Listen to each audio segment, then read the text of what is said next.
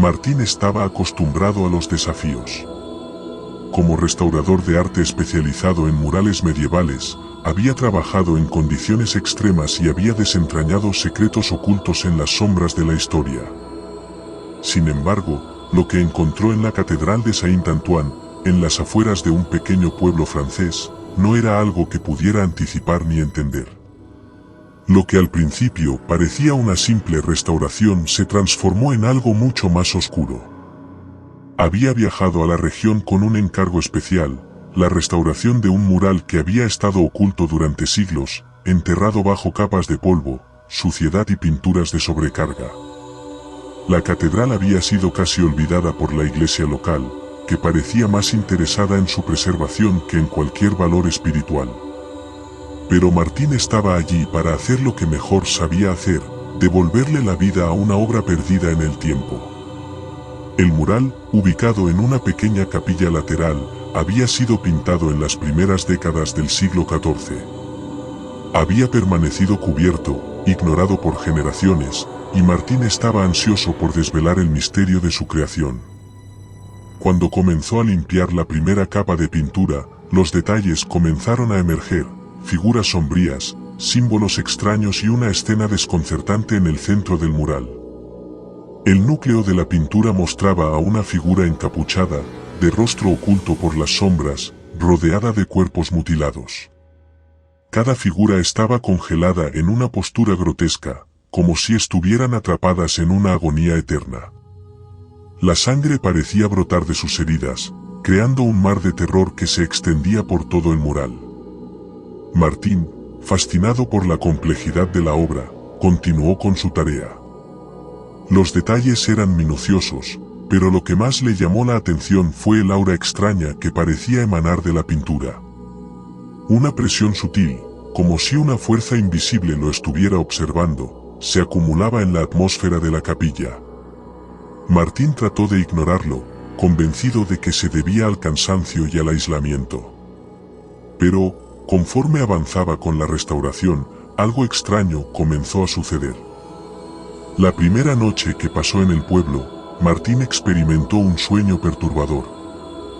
Vio la figura encapuchada del mural moviéndose, acercándose a él.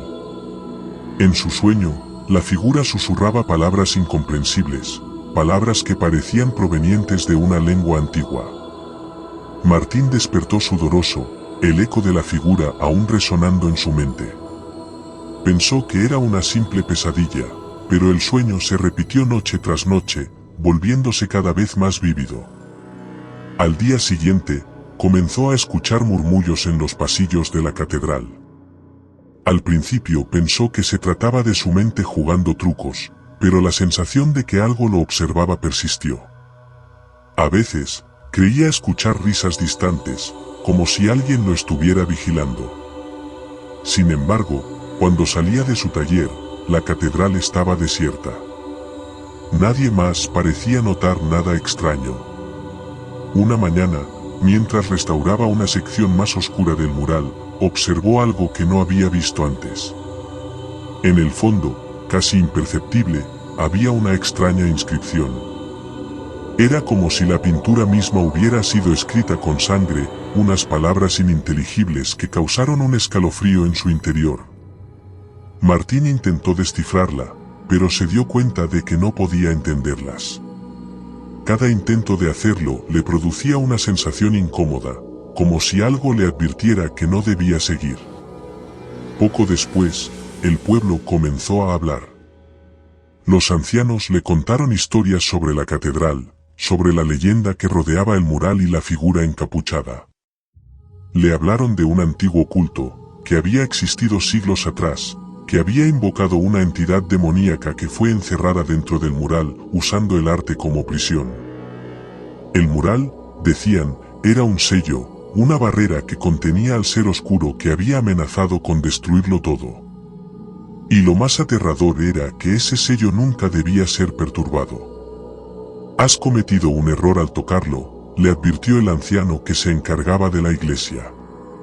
«Ese mural está sellando algo que no debe ser liberado». Martín, sin embargo, continuó con su trabajo. Creía que las historias eran supersticiones, que no había nada más que ficción en esas palabras. Pero algo comenzaba a cambiar en él. A medida que limpiaba las capas de pintura, los detalles del mural se volvían más grotescos, más vivos. Las figuras mutiladas parecían mirar a Martín, como si supieran que él estaba deshaciendo el sello que las mantenía atrapadas. Y la figura encapuchada, antes inmóvil, parecía moverse ligeramente con cada trazo que hacía sobre el lienzo. Una noche, cuando la tormenta rugía fuera de la catedral, Martín se encontraba solo frente al mural.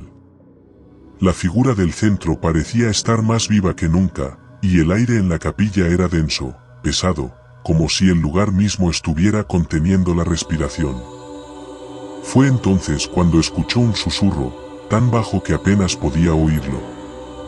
No era un sonido humano, sino un murmullo que provenía de las entrañas de la pintura misma. Martín se acercó al mural, la obsesión consumiéndolo. El tiempo ha llegado, susurró la voz, retumbando en su mente. Con las manos temblorosas, Martín dio el último trazo de la restauración. Y cuando lo hizo, todo cambió. La figura encapuchada del mural cobró vida, emergiendo lentamente de la pintura como si el lienzo se hubiera deshecho. Los cuerpos mutilados comenzaron a moverse, arrastrándose hacia él. Martín intentó retroceder, pero el aire se volvió denso, impenetrable, como si todo el espacio estuviera colapsando sobre él. Entonces, vio los ojos del ser. Vacíos, oscuros, como un abismo que lo miraba desde el fondo de la historia. Sintió una presión en su pecho, como si todo su ser estuviera siendo absorbido por la entidad que había liberado. No debiste hacerlo, la figura susurró, su voz profunda y resonante. Martín intentó correr, pero sus piernas no respondían. Estaba atrapado en la misma prisión que había sido diseñada para contener la entidad. El mural ya no era una pintura, era una puerta. Y Martín había abierto esa puerta sin saberlo. La figura encapuchada avanzó hacia él, sus manos extendiéndose con una fuerza sobrenatural. En ese momento, Martín comprendió la magnitud de su error. Había liberado a la entidad que había estado sellada durante siglos, y ahora, el mundo sufriría las consecuencias. Las voces susurraban a su alrededor, crecían y se desvanecían, pero una sola palabra resonaba en su mente: final. Martín había desatado algo más allá de su comprensión. Algo que nunca podría detener. La última imagen que vio antes de ser absorbido por la oscuridad fue la de la figura encapuchada, de pie sobre él, con una sonrisa oculta bajo su capucha. La entidad había sido liberada, y él, su prisionero eterno.